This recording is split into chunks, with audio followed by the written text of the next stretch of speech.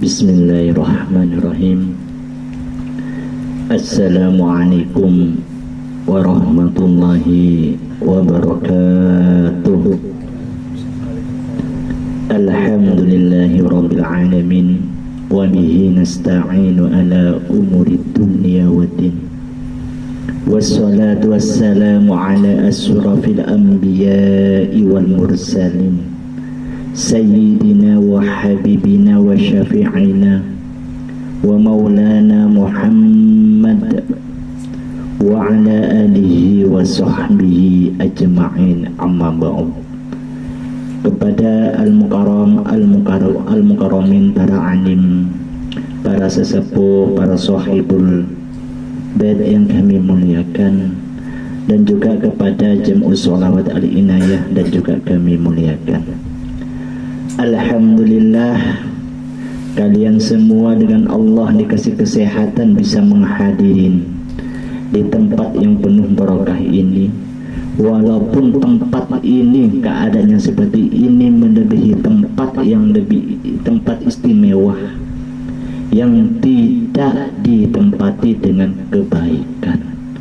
Walaupun tempat kubur, tapi di penuh kebaikan, itu adalah kebun dari surga nanti. Siapa orang yang mengizinkan rumahnya untuk pengajian, maka nanti dia akan dapat balasan dari Allah berupa tempat, ialah surganya Allah. Saya pengarahan di malam ini adalah antaranya pendidikan umum dan agama. Pendidikan umum dan agama ini sangat jauh. Kalau umum, ketemu sama temannya, halo friend, halo, kadang-kadang bilang janju, nah, kurang ajar.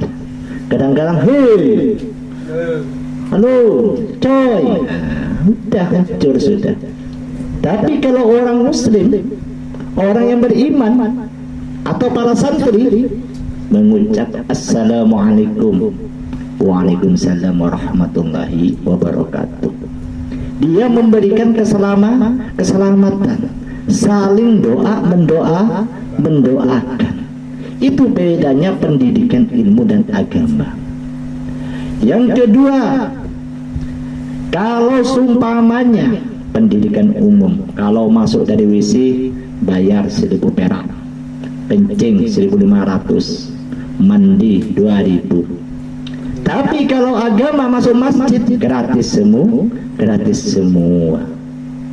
Malah yang gratis ini kalian tidak mau. Padahal kalian ini kalau dirasakan imannya kamu, buat apa hidup kalau semuanya ini seakan-akan kita ini tidak punya ketakwaan pada Allah. Allah merintahkan suruh sholat tidak didengar. Allah merintahkan suruh sujud, suruh sholat, suruh ibadah tidak didengar. Malah kita keluyuran. Sholat ini menyelamati hidupnya kamu semua. Tapi kalau kamu tidak sholat mulai dari kecil atau sudah balik, maka ketuanya kamu itu tidak bakal bisa sholat. Tidak bakal bisa sholat. Karena sholat ini mudah dilihat, berat dilaksanakan. Kalau tidak dipaksa. Antaranya sholat, orang sholat dan orang tidak sholat jauh. Kalau orang rajin sholat, hidupnya tenang. Tapi kalau orang tidak sholat, hidupnya gelisah. Waktu jam 7 mau kemana aku ya? Ke pacar aku dulu. Ya jam ini SMS dulu. Jadi hidupnya nggak tenang. Iblis bilang, tulah, cewekmu lah. Halo yang, halo sayang, ketemu di mana yang, yang, udah sayangan terus. Bukan sayang kepada Allah, tapi sayang kepada cewek. Nanti kata malaikat, nanti bumi menangis semenjak dia niat berangkat dari rumah sampai ke tujuannya, bumi itu berdoa, wahai manusia, suatu saat aku akan menjepit kamu, satu saat aku akan jepit kamu. Tapi kalau orang berangkat ke masjid, satu langkah 10 malaikat, 2 langkah 20 malaikat, 3 langkah terus seterusnya sampai segitu. Itu perbedaannya. Maka saya ini dulu mulai kecil, saya tuh paling takut pada ibu saya. Semua saudara saya itu paling takut sampai sekarang kepada ibu. Melawan satu kata pun takut sama ibu. Nggak sholat sama ibu subuh, itu diambilkan api, dibakar saya. Ya, jadi ya, ibu itu kata, nah, ini lebih panas daripada api neraka. Nah, takut saya. Saya ingat lagi main remi sama adik saya.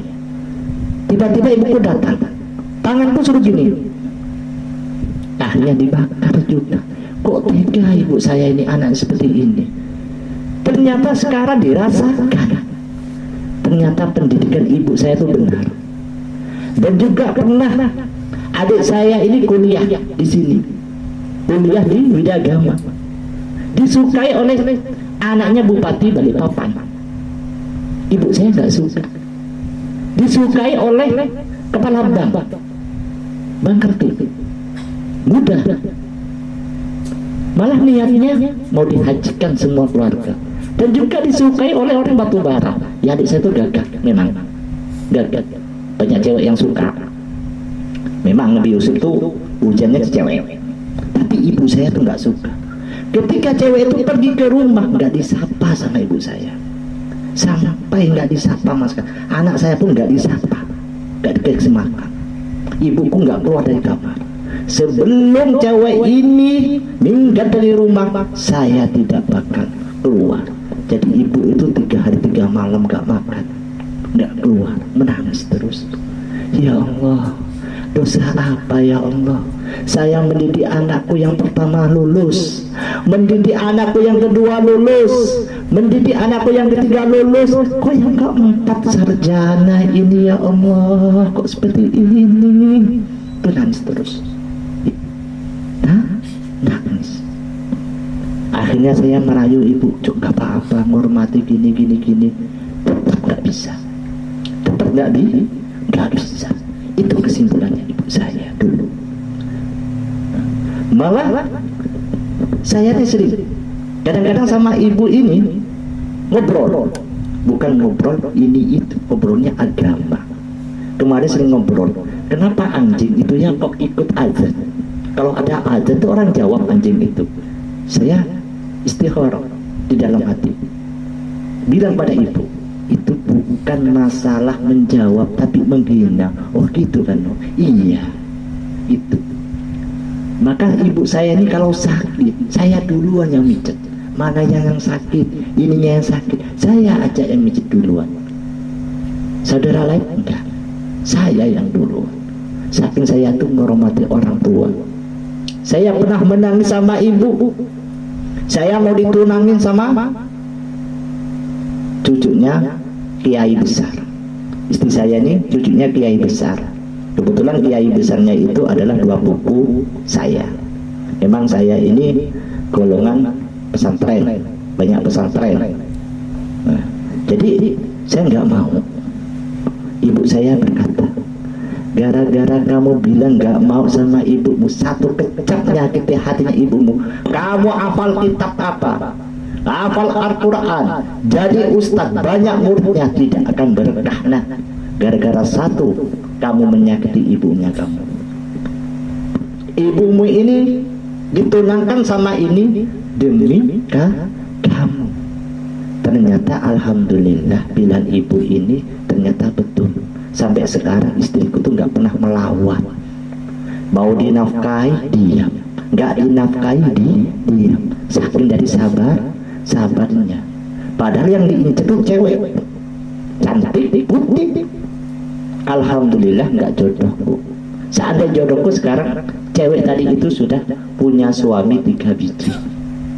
Saking dari nakalnya cewek tadi. Itu dulu aku masih muda. Maka anak sekarang berfoto sama cewek merasa bahagia, berfoto sama cewek merasakan bahagia, di HP-nya sama cewek merasakan bahagia. Padahal kalau santri itu paling takutnya, paling malunya, paling malunya ketahuan orang tua malu, ketahuan teman malu, apalagi ketahuan orang lain tambah malu. Tapi sekarang dipamerkan, pamerkan, aib dibahagiakan, aib dibikin bangga, tapi ibadah dibikin susah. Itu anak sekarang perbedaannya. Saya ke kalian sering bicara, makanya kalau ada ujian kumpul selawatan, ayo kita berdoa pada Allah. Kalau kamu belajar tanpa berdoa tidak ada gunanya juga.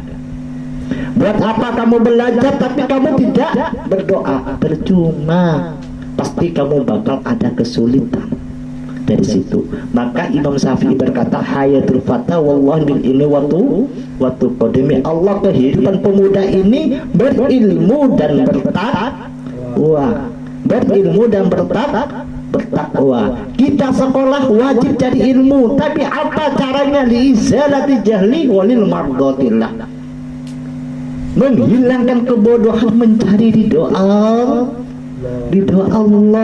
bukan supaya apa? Kita sekolah ini supaya pintar. Kalau kamu sudah pintar, jadi camat, jadi lurah, bapaknya sakit, bapaknya mati, tunggu pak, tunggu pesawat jam sekian, tunggu ini jam sekian.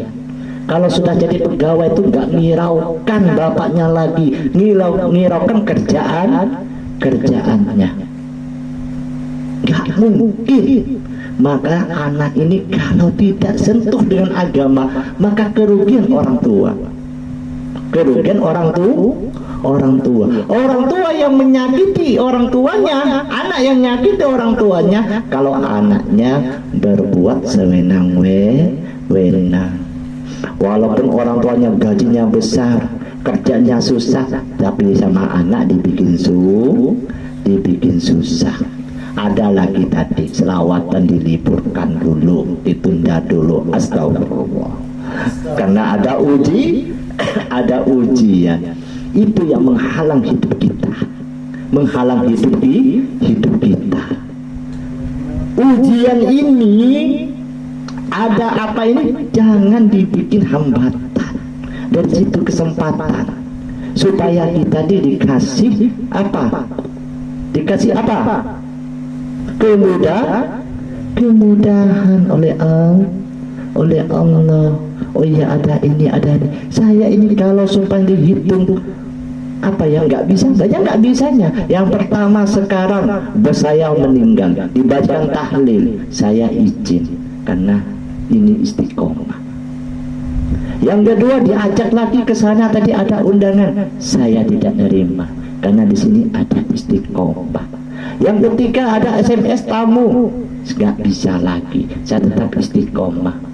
Yang keempat tadi, para ustadz telepon ke saya minta istikharah, ustadz minta istikharah ke saya juga nggak bisa, jangan telepon sekarang, saya masih ada pengajian, maaf, kata saya ditolak semua. Saya memilih tetap istiqomah walaupun saya mau sakitkah, mau apakah, tetap.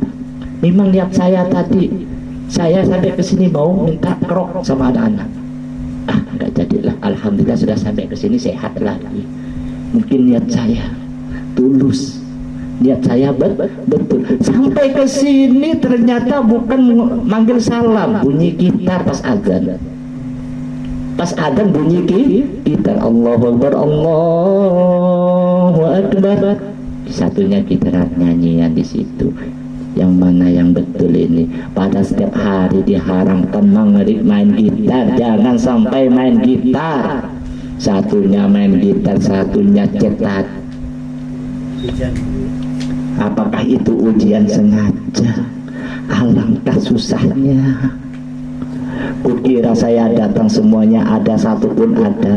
Ternyata alhamdulillah yang ada cuma burung.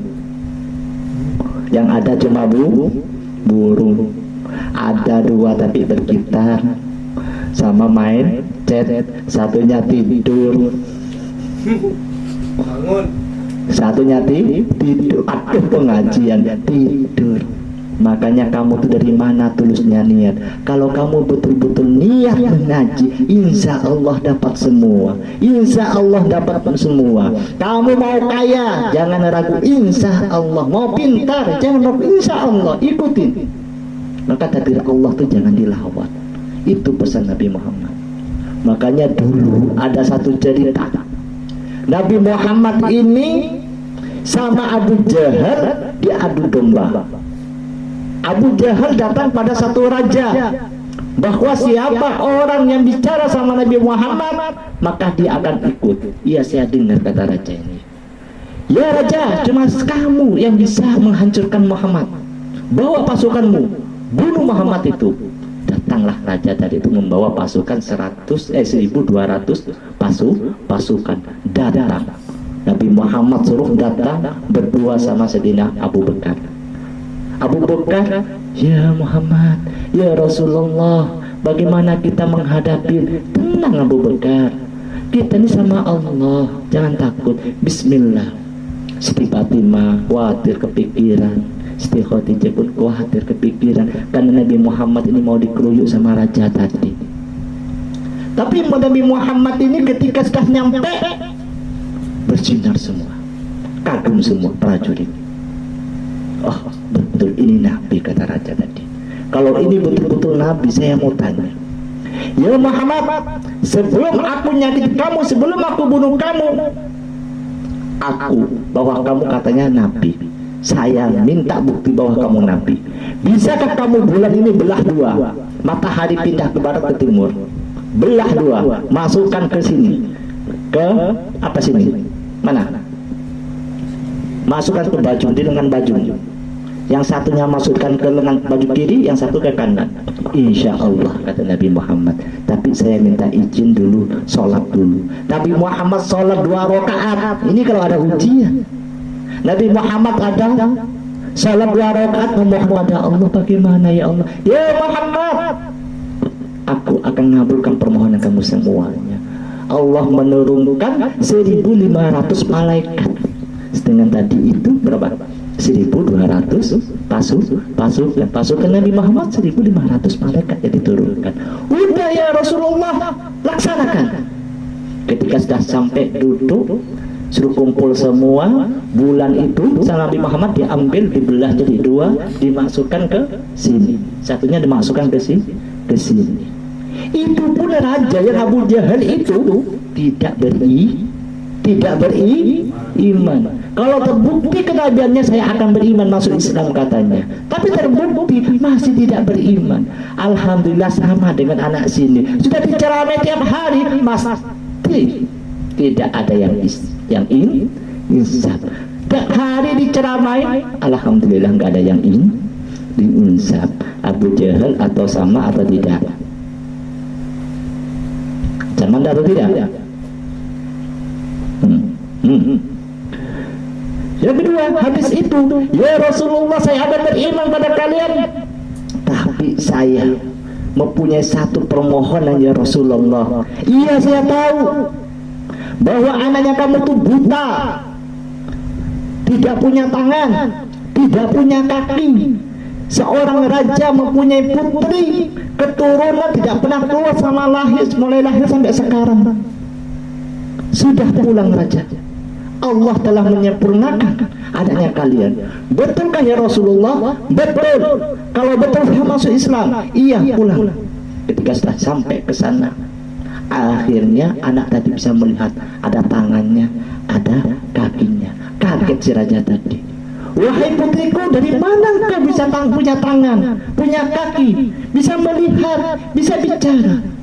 Wahai bapakku, kemarin malam kesini ada seorang sosok laki-laki itu yang begini-gini ya Nabi Muhammad. Saya diberikan ini dimasukkan Islam, cukup baca syahadat langsung saya tuh sempurna semua. Akhirnya semuanya tuh akhirnya masuk Islam semua raja. Cuma satu. Apa? Abu Jahal. Semuanya masuk Islam cuma satu, Abu Jahal. Satunya nggak pacaran, cuma satu. Yang pacaran.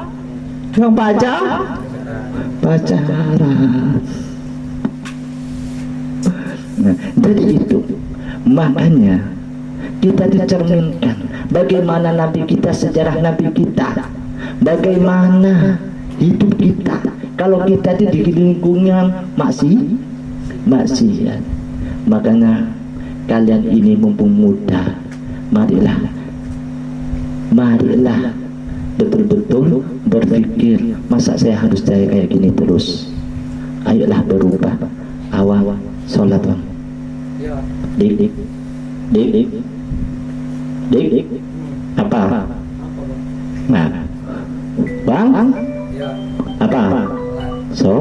Sholat ya. Sholat. Mari Rizki. Ya. Rizki. Main kita lagi. Enggak. Sekembar. Mau tidur lagi? Ya. Tidur lagi? Hah? Coba kalau ada yasinnya, coba harus, kecuali ada yang kayak jadi mengatakan ini wajar. Coba masa duluan tamunya daripada tuan rumahnya, kan aneh. Masa harus ayahnya yang nunggu di situ, anak buahnya semuanya di dalam kamar. Di sini nih apa penjara atau apa gitu nih? Besok dikasih Pak, nama Pak, ruangan penjara gitu Pak. Setiap malam Selasa ya. Udah cuma gini aja, sekedar penjelasan dari saya. Kita baca-baca burda semuanya, atau kita tahlil aja semuanya. Kita ngirimkan kepada bos saya kemarin telah meninggal dunia, dan juga bibi saya kemarin juga telah meninggal dunia. Dan juga doa selamat untuk kalian menghadapi ujian, supaya mulai dari yang kuliah sampai yang mau lulus, supaya dikasih kemudahan semuanya dengan Allah. Yang penting kita juangkan bukan ini hanya sekedar berkumpul, cuma untuk tujuan kita ini supaya dimudahkan oleh Allah. Yang ketiga, kita mendoai kedua orang tua kita yang membiayai kamu dalam sekolah, supaya orang tua kita dikasih sehat dan dilancarkan rezekinya oleh Allah. Amin Allahumma amin. Yang keempat, supaya tempat ini dan juga diberikan keberkahan, dikasih kelancaran rezeki ya. Udah dulu, wabillahi taufiq hidayah. Assalamualaikum warahmatullahi wabarakatuh.